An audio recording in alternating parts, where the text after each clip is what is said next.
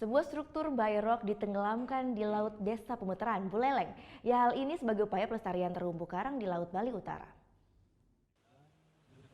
Sebuah biorok diturunkan di Laut Desa Pamutaran, Buleleng, Bali Selasa siang.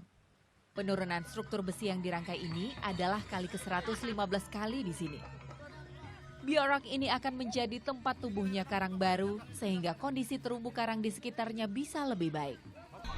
But the community is behind. There's a festival, there's people from other parts of Indonesia and Bali coming here to look and understand what we're trying to do here. What are we trying to do?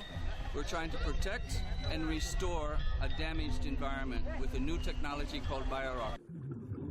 Struktur biorok yang diturunkan dalam event Bali Buleleng Dive Festival berbentuk patung bedawang nala, simbol kekuatan dan keseimbangan bumi. Kalau simbol ikon kita kan bedawang nala, ini adalah merupakan simbol daripada kekuatan bumi ini dan keseimbangan. Nah, untuk itu kami mengajak seluruh masyarakat Desa Pemutaran tetap mempertahankan kondisi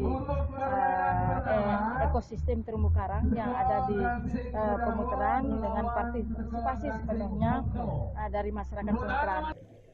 Tahun 80-an, pemandangan bawah laut Buleleng sempat sangat memprihatinkan karena ulah para nelayan yang menangkap ikan dengan bom. Saat ini kondisinya semakin membaik dan mampu menarik datangnya para wisatawan. Dia memang beda, kalau di sini tuh kebanyakan makro. Terus? Kemudian bisa dilihat di sini pantai, di sana gunung. Jadi lokasinya sih memang menarik untuk dikunjungi. Kalau biotanya yang paling menarik di sini apa? Makronya itu. Makronya. Makronya itu yang kita cari memang di sini. Penurunan biorok di desa yang terletak 98 km dari kota Singaraja ini juga menjadi perhatian wisatawan. Putu Wijana melaporkan untuk NET. Thank you. Udah selesai nonton beritanya? Jangan pergi dulu dong. Subscribe dulu dan nonton tayangan lainnya di sini.